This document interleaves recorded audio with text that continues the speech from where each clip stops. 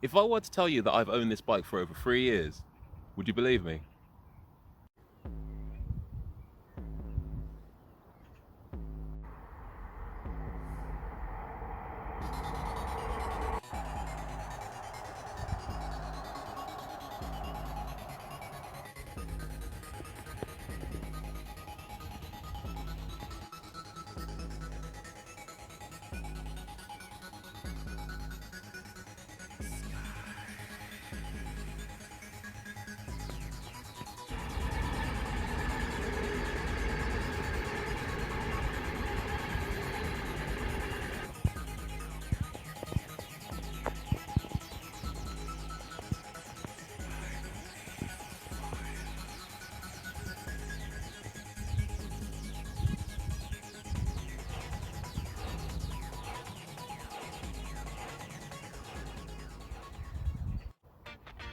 What's crack-a-lacking, guys and girls? Hopefully everyone's doing alright. I know I am. Today we're looking at the Remington MX Pro. This bike right here. A Hardtail EMTB. Hashtag Hardtail for life, baby. Yeah, I've had this bike for over 3 years and I think it's about time that it gets a new lease of life. Now don't get me wrong, ladies and gentlemen, I am no stranger to upgrading my EMTBs or MTBs as time goes on. I mean, who doesn't do that?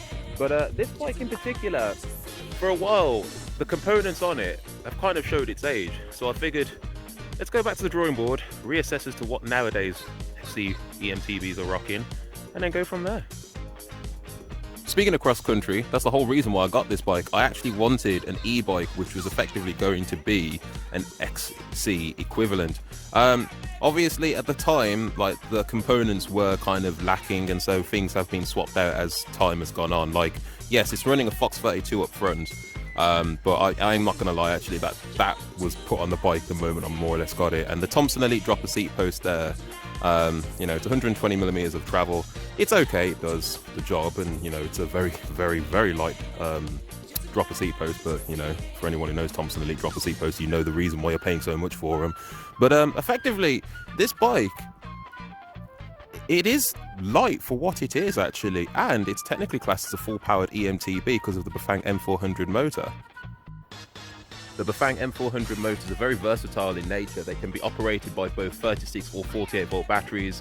They peak out for about 600 and something watt hours, and they are 80 newton meters of torque in terms of power. So for what they are, even though that they're not the newest Bafang motors which we are now seeing, I dare not say that they've been rendered obsolete. They still have a bit of poke, and for those of you who are familiar to the channel, you'll know that the Lancer, the grey bike which I upgraded with a Fox 36 fork going back a couple of months ago, that is rocking the same motor, though that bike is powered by a 500 watt hour battery. This bike is powered by a 700 watt hour battery. That's right, ladies and gentlemen, contrary to popular belief, 700 watt hour batteries and higher capacity batteries have existed for quite some time. You'll forgive the fact that I am rocking my FLX battery in there. Technically the battery is compatible, just leaving the bike to one side, but yeah, this is a Reention Darado style battery. It's keyed in, so in which case you just turn the key, put the key in, twist it, and then hopefully if I can do this with one hand, he says that, there you go, battery comes out, and that's it. This is my 700 watt hour battery, Reention Darado style, 36 volts. I believe it's 17 or 18 amp hour. I'll leave a description as to this particular type of battery in the description in case anyone's wondering. But these battery designs, they're not as uncommon as you may think actually. I've seen a fair few EMTBs which actually use these type of batteries, and the great thing about it is that aftermarket you can get them from different suppliers. If you are in the UK and you have an e-bike which uses this particular style of battery, you'll be pleased to know that Oxygen Cycles, based in Derbyshire, they actually make these same batteries. So no longer do you have to rely upon going abroad, like China or Alibaba, to get these type of batteries. So yeah. Other things to speak of regarding the bike is the 27.5 inch frame. Well, the wheel set is 27.5 inch frame. Technically the frame is 19.5 inches. it is what it is, really. I'll have the reach and the head tube angle and the bottom bracket height details in the description in case you're wondering about that. But like I said, this bike, it's over 3 years old. I remember buying this shortly passing my police accreditation representation scheme. So yeah, it's a good little present for me. And it was a good introduction to a regular EMTB, which uses 27.5 inch wheels and a mid-drive motor. So yeah, enough talk. Let me show you what the bike can do in action. Let the madness begin. So yeah, Remington MX Pro. Put it in there for free. Screw it. So, like I said, I've owned this bike for about 3 years, and this bike, in all honesty, was actually used a fair bit. And this, of course, is going back before I had my Specialized fleet. And this was purchased around about the time when I was actually building my Bafang Ultra EMTBs, because I realised that for what they are, they're very powerful, but I know a lot of people would soon look at them and think those bikes are somewhat illegal to be used in trail centres and bike parks. So, me being a fan of Bafang, it rhymes, I decided to look up Bafang motors, which are technically street legal, and the M400 at the time was available. So I did my due diligent research, found out what bikes were available, and yeah, managed to get this one. Now, it did come with not as good as components as what most people would be looking for, even for a hardtail. So again, a lot of the stuff in which I've put on this bike are after sale purchases, like the fork and the dropper seat post. But if I've said it once, I've said it 1,000 times. Hardtails, they can be upgraded fairly easily.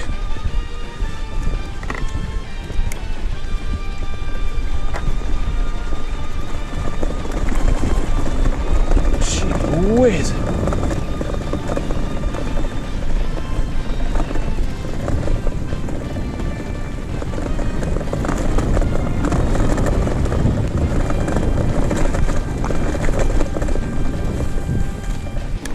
The nice thing about these motors is that even though that they are street legal, subject to the display you put on them, technically you can program them using the display, not the Bafang programming tool, and you can get them to go past 15.5 miles an hour.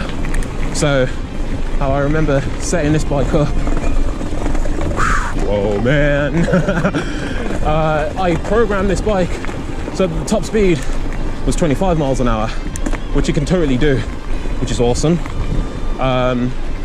So ideal for commuting scenarios, but in addition, if you decided to say, you know what, let me have a bit of off-road action after work, or just as a power hour session, yeah man, this thing can do. And like I said, 700 watt hour battery, yeah, you're laughing. Hardtail, remember, ladies and gentlemen, hardtail. Now I won't lie to you, the drivetrain on this bike does need upgrading a lot. It is rocking a 9-speed, but there are better 9-speed drivetrains, or cassettes should I say, which would actually complement this setup very well. So, whilst this bike can climb, oh, you're right. Gosh, no one wants to smile nowadays. Probably because I'm on an Eames. But whoa! See what I mean about the power. But as I was saying, because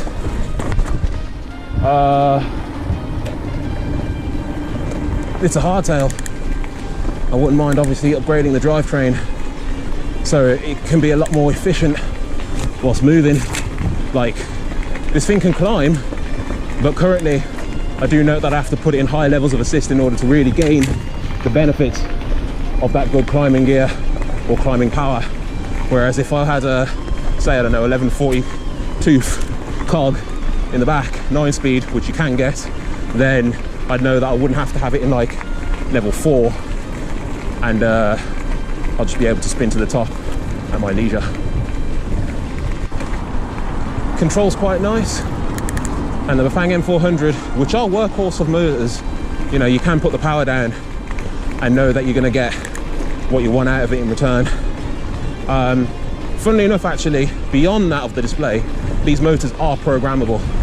I'll leave a link in the description to Bafang programming cables for anyone who has a Bafang M400, M200, the BBS01, BBS02, BBS HD, and basically Bafang motors other than M500 and M600, because from what I'm able to gauge from my research, I think Bafang stopped people from programming these motors out of fear that a lot of people, which is true, were starting to overvolt them. And whilst the M600, no, sorry, the M620 has been proven to work at a higher voltage than what Bafang originally claimed, Bafang still don't like the idea of, you know, really overvolting the motors for fear that it's just going to run into problems in terms of longevity. But like I said, this motor can be powered by either a 36 volt or a 48 volt battery. I've opted for the 36 volt only because the weight does drastically increase when you put a 48 volt battery in this. And like I said, I'm familiar with the Reention Darado styles because I've got a combination of 36 volt and 48 at my disposal. So yeah, and it is a hardtail, ladies and gentlemen. You know, in days like this where it's winter or cold and wet, well, you know your bike's just going to get caked in dirt, mud, and God knows what else. You don't want to be spending hours cleaning it afterwards. That's the one thing I do like about hardtails. They're fairly easy and minimal to maintain. Speaking of maintain, I can imagine some people are probably asking, what about the motor? So that's one thing I will try and spend my time to highlight on this video. So I'm not saying that I'm a boffin in terms of Bafang products, but because I've had years of experiences with what can go wrong with them, I have taught myself to know how to fix these motors. So again, I'm self-sufficient. You know, if I have to crack open one of these motors in order to swap out a clutch or a controller or something along those lines, which, bear in mind, actually, I've never had to swap out a controller. The controllers are pretty solid, provided you don't overvolt them too much. But clutches, yeah, I'd say after about 2,000 miles, if it goes, it goes. You've had your 2,000 miles worth. But they're fairly easy to repair, which is something in which I've always found quite troubling, because if dealers knew how easy these motors are to fix, I tell you, they would be they'd be putting in a petition saying, you know what, I think all motors should be like this, capable of being repaired and maintained by anyone, rather than we have to contact the manufacturer, which in turn leads to delays. The nice thing about the Bafang displays, again, with the exception of the M5 and M600 motors, it is a case of plug and play, meaning that you can just simply take it out and put in a different one. So let's say, for argument's sake, I wanted a left-mounted colour display. I just buy the display, take this one out, put it in, Bob's your uncle, bike's working. If I crack this display, it's not the end of the world. Yes, I have to buy a new one, but, well, to be fair, actually, I wouldn't actually, because I've got spare. But you get the gist.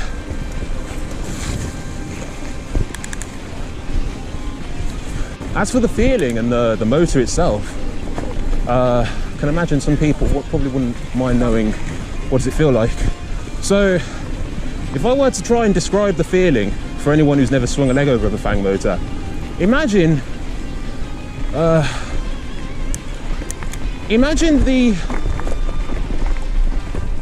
the same type of feeling you get from a Shimano consistently, but when the power needs to be put into it and you put it in a higher level of assist, it can kind of emulate more like a Bafang, what's the other one called? German, Bosch, more like a Bosch motor. Granted, my time on the Gen 4 motors have been limited, and the only Bosch Gen 4 motor I've ever swung a leg over was a white E180, but you know, for that overrun feature it does have, as well as just that instant picker. If you do put this in the highest level of assist, it does have the same. And not to mention, because Bafang motors are programmable, if you want, you can adjust the torque values and the return speed, or the return value, sorry, so that you can get the same type of feeling compared to that other Bosch Gen 4. So yeah, they're versatile, I'll say that gladly. Incidentally, the Bafang motors, you know, it doesn't matter if it's even the newer ones. Technically, it's applicable across the board. They are all throttle enabled. So if you have an M5 or M600, I think it's always just a case of just swapping out the wire loom, and you can install a throttle. This bike, you can do the same thing on as well, but I've opted not to do that because my Ultras are throttle enabled as well, and so I wouldn't mind having something which is just literally pedal and torque, just spin, and the motor does its thing. Again, another rhyme.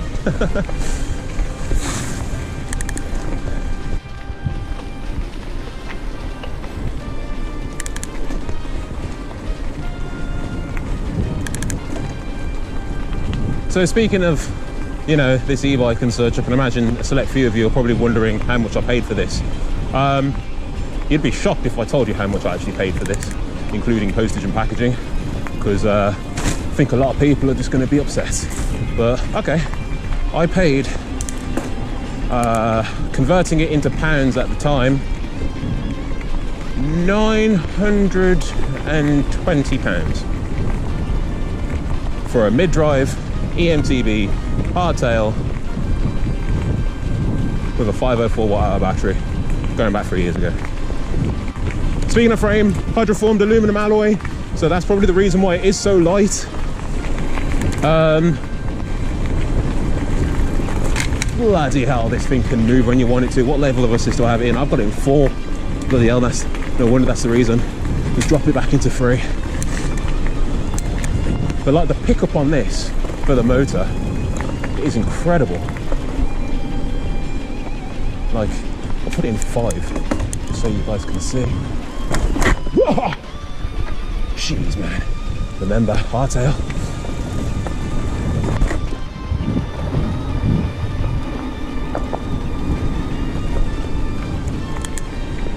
Now, having said that though, I gladly say I'm not timid with my bikes. You know, when I need them to do something, they walk away from it.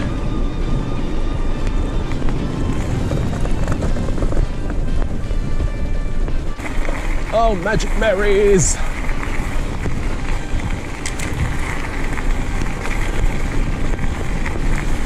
And there's me thinking the Magic Mary's a bit overkill for this rig. But they're definitely coming into their own in this type of terrain.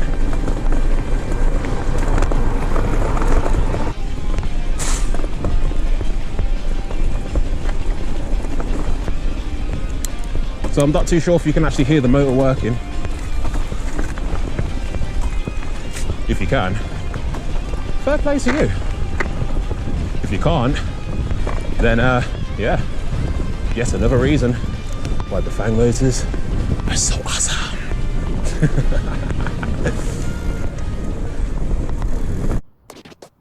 Anyway guys, that's going to be me for now. Remy, you've done amazingly well as always. And yeah, yet another example of old but not obsolete. But anyway guys, if you enjoyed this type of stuff, make sure you hit that like button, comment down below, expect further Bafang M400 EMTBs on my channel in the not too distant future, and of course until then, take it easy.